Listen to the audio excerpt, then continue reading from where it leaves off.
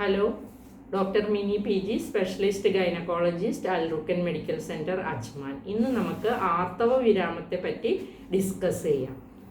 Menses നിന്ന് പോകുന്നത് എന്നുള്ളത് ഒരു നാച്ചുറൽ ഫിനോമിനൻ ആണ്. അത് സാധാരണമായിട്ട് നമ്മുടെ പ്രായം കൂടി വരുമ്പോൾ ഒരു പർട്ടിക്കുലർ ടൈം ആകുമ്പോൾ ആ മെൻസ്ട്രേഷൻ നിന്നു പോകും. അപ്പോൾ അതിനെയാണ് മെനോപോസ് എന്ന് പറയുന്നത്.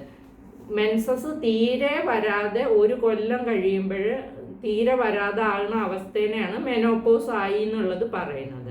ഇത് സാധാരണ സംഭവിക്കുന്നത് 45 മുതൽ 55 വയസ്സ് വരെ ഉള്ളവർക്കാണ്.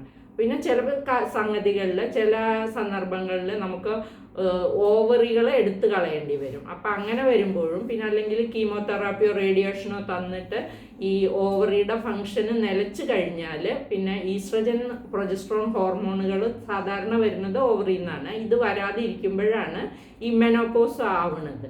അപ്പോൾ സാധാരണ നോർമലായിട്ട് സംഭവിക്കുന്ന ഒരു കാര്യമാണ് ഇത്.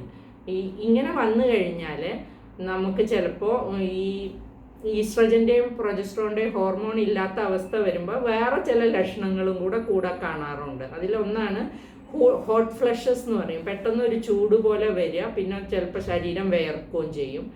ഈ കൂടുതലും ഇത് രാത്രിയിലാണ് സംഭവിക്കുന്നത്. അതിന് നൈറ്റ് സ്വെറ്റ്സ് എന്നൊക്കെ പറയും. അപ്പം അങ്ങനെ വരികയാണെങ്കിൽ അത് ചില ആൾക്കാർക്ക് ഒരു 2 കൊല്ലം കഴിയുമ്പോഴത്തേക്കും അത് സാധാരണ രീതിയിൽ അങ്ങ് മാറിപ്പോകാറുണ്ട്. പക്ഷെ ചില ആൾക്കാർക്ക് അത് വളരെ അലോസരമായിട്ട് ഉണ്ടാകാറുണ്ട്.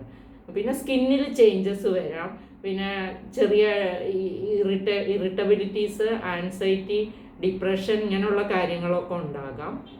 അത് ഈ ഹോർമോണിൻ്റെ പ്രവർത്തനം ഇല്ലാതെ വരുമ്പോഴാണ് അങ്ങനെ വരുന്നത്. പിന്നെ ബോണുകൾക്ക് ഡീമിനറലൈസേഷൻ സംഭവിക്കാം. അപ്പോൾ അങ്ങനെ വരുമ്പോൾ പെട്ടെന്ന് തന്നെ എല്ല് പൊട്ടാനുള്ള സാധ്യതകൾ കൂടുതലാണ്. പിന്നെ ഈസ്ട്രജൻ ഒരു കാർഡിയോ പ്രൊട്ടക്റ്റീവ് ഇഫക്റ്റ് ഉണ്ട്. അപ്പോൾ ഈസ്ട്രജൻ ഇല്ലാതെ വരുന്ന അവസ്ഥയിൽ ഹാർട്ട് ഡിസീസ്, ഹാർട്ട് അറ്റാക്ക് അങ്ങനെയുള്ള കാര്യങ്ങൾ, പിന്നെ രക്തക്കുഴലുകളിൽ കൊളസ്ട്രോൾ കൊഴുപ്പെല്ലാം അടിഞ്ഞിട്ടുള്ള പ്രശ്നങ്ങൾ, ഇതെല്ലാം വരാനുള്ള സാധ്യത കൂടുതലാണ്.